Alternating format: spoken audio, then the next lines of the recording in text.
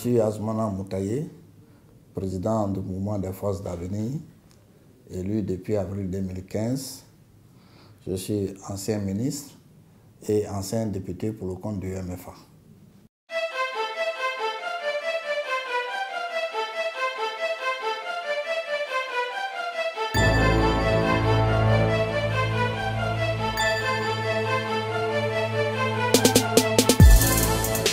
Le MFA se porte très bien. C'est un parti, comme je l'ai dit, qui est en train de se construire.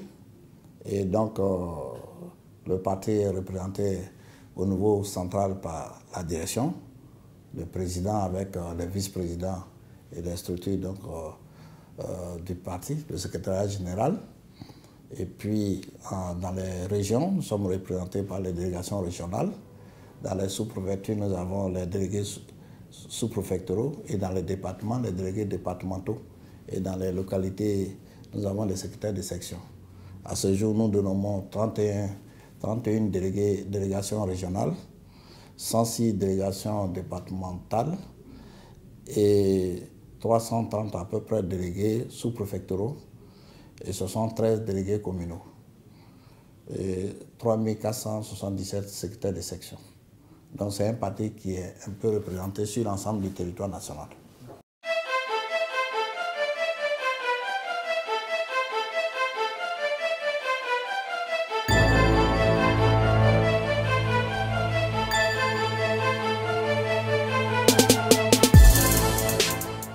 Nous avons appris ça par les réseaux sociaux d'abord, et puis par la presse en ligne, que nous avons appris donc que suite à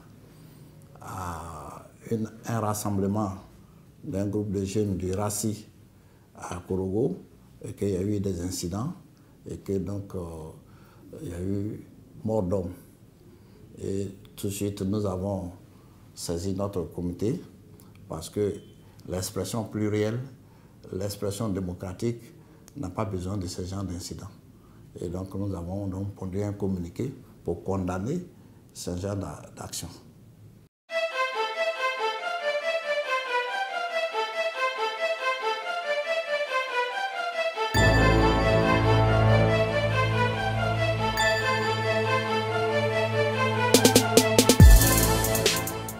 Mais le MFA, c'est un parti politique qui est attaché aux valeurs républicaines et de la démocratie.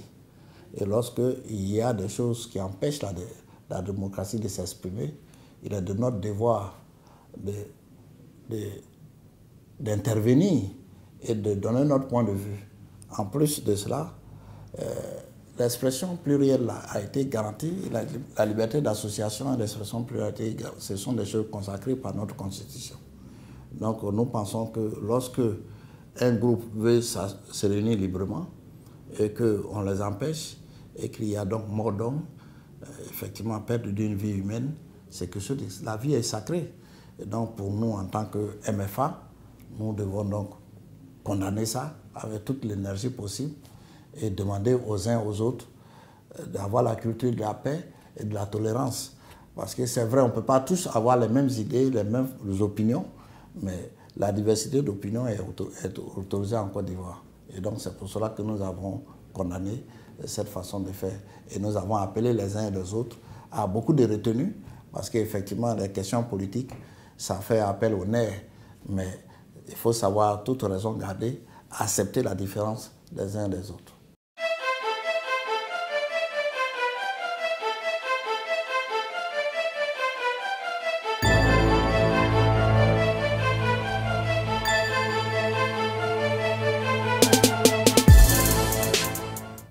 Non, j'étais allé, il y a longtemps, je ne suis pas allé à Daoukro.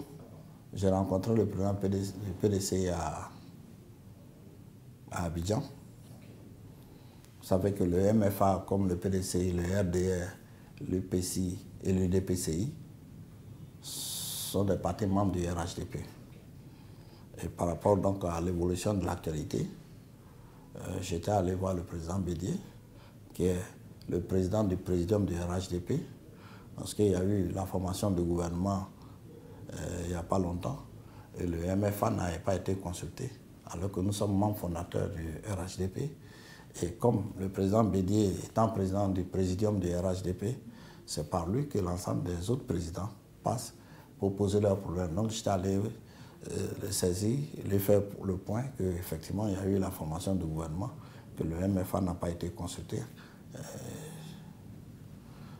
Pour que le moment venu, ces problèmes, ces questions puissent être traitées ensemble avec l'exécutif.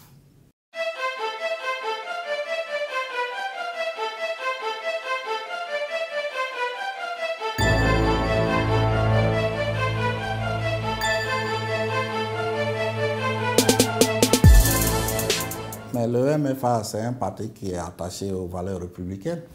Et donc, toutes les associations, les groupements d'associations qui œuvrent pour la démocratie et la promotion de la démocratie en Côte d'Ivoire, nous sommes ouverts à toutes les discussions. Donc, le MFA peut rencontrer toutes les associations, toutes les discussions, toutes les associations ou groupements d'associations qui souhaitaient le rencontrer pour débattre, pour en faire un débat démocratique.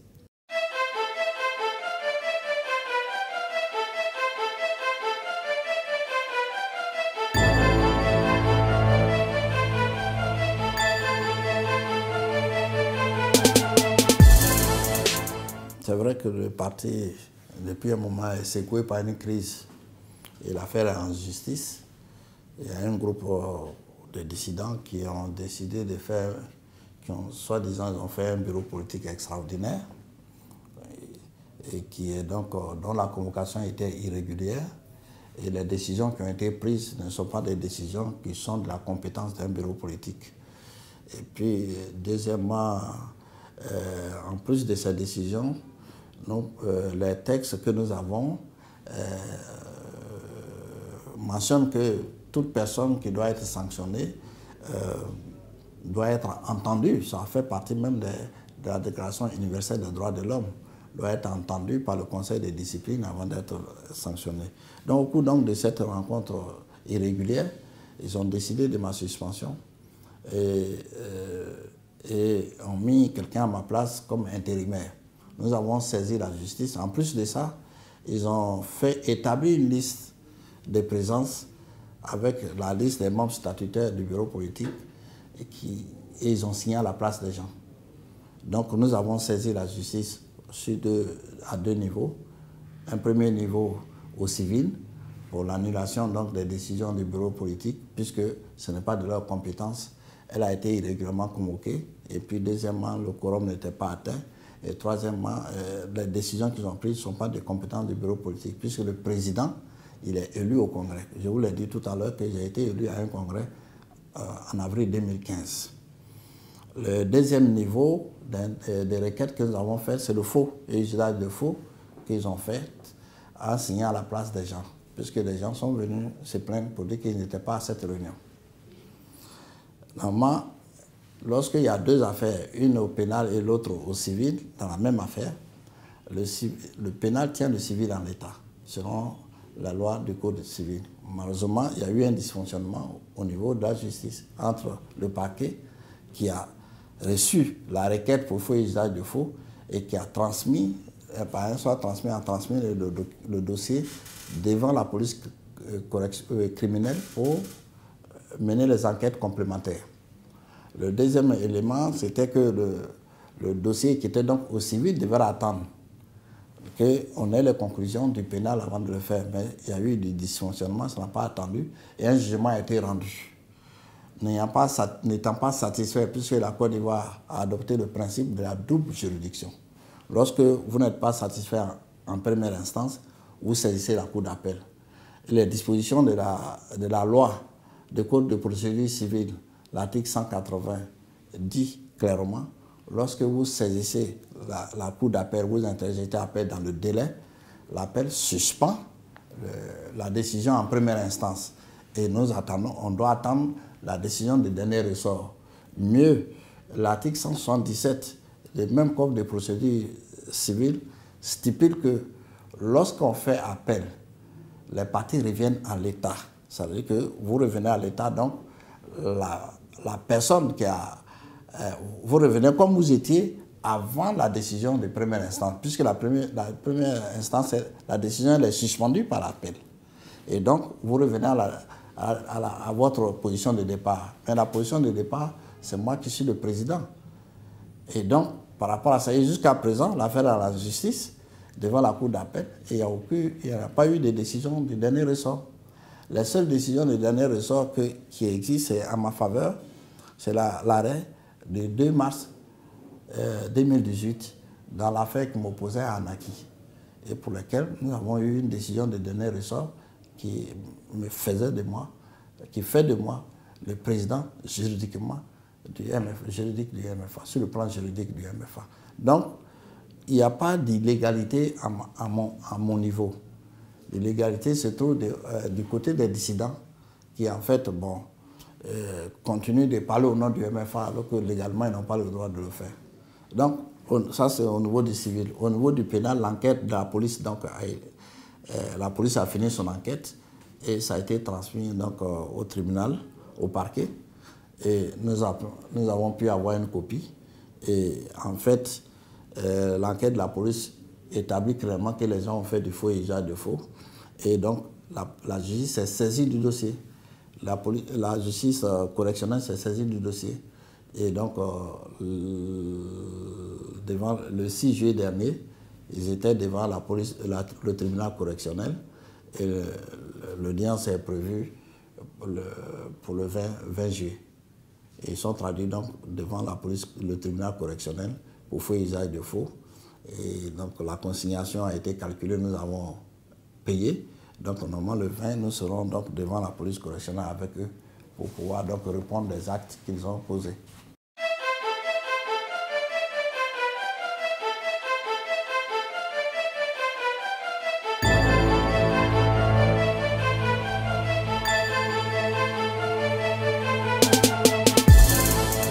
Effectivement, nous avons, je vous disais tout à l'heure qu'en 2005, nous avons mis en place ce qu'on appelle la plateforme RHDP.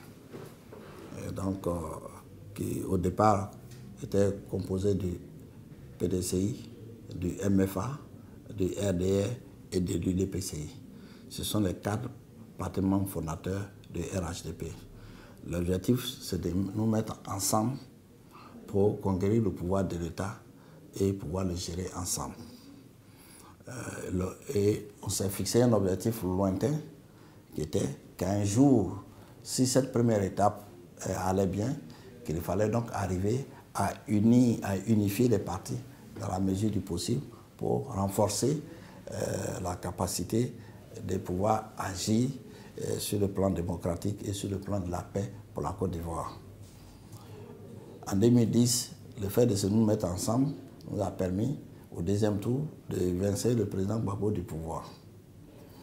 Et fort de notre succès, en 2015, nous avons décidé que le président Alassane soit le candidat unique du RHDP. Et tout le RHDP s'est mis autour de la candidature du président Alassane pour l'amener au pouvoir pour une deuxième fois. Et donc, l'idée, c'est de renforcer la paix et la stabilité au niveau de la Côte d'Ivoire pour renforcer la paix et la cohésion au niveau des Ivoiriens. Et le fait que nous soyons ensemble sur le plan mathématique, ça donne un avantage au RHDP.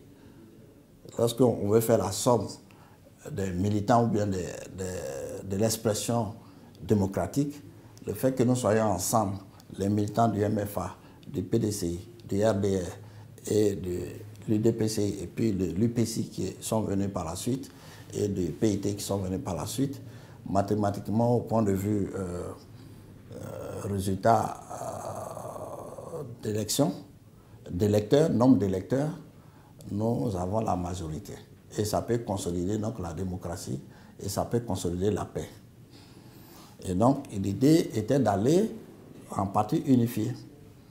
Les partis étaient plus ou moins d'accord, mais ils avaient des calendriers différents. Bon, le fait que l'Assemblée générale ait lieu aujourd'hui, nous, en tant que MFA, n'avons pas été conviés à cette assemblée, ça, nous avons déploré. Et c'est la branche dissidente qui n'a pas de légalité, de légitimité qui a été conviée à cette rencontre. Nous avons pris acte. Mais nous demeurons RHDP, puisque nous sommes membres fondateurs du RHDP. Donc c'est ce que je peux vous dire sur ce dossier en ce qui me concerne.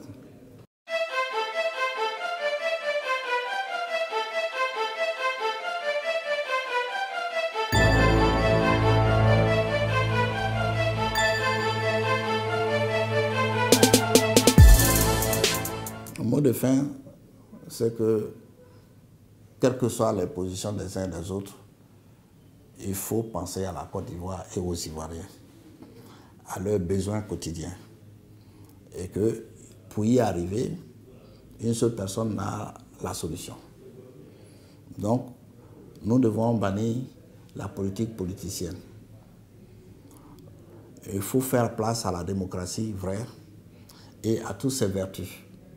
Les vertus de tolérance, les vertus de liberté d'expression et l'acceptation de la diversité d'opinions. Il faut éviter la politique qui consiste à museler les uns et les autres. Je pense que la Côte d'Ivoire est un grand pays qui a des atouts et qui a aussi des hommes et des femmes capables de se donner pour un meilleur lendemain. Donc, ce que nous voulons dire, c'est que, quelles que soient nos différences, il faut que les uns et les autres comprennent qu'ils doivent écouter les autres, même s'ils sont petits, parce que les petits aussi ont leur mot à dire. Et c'est ça la démocratie.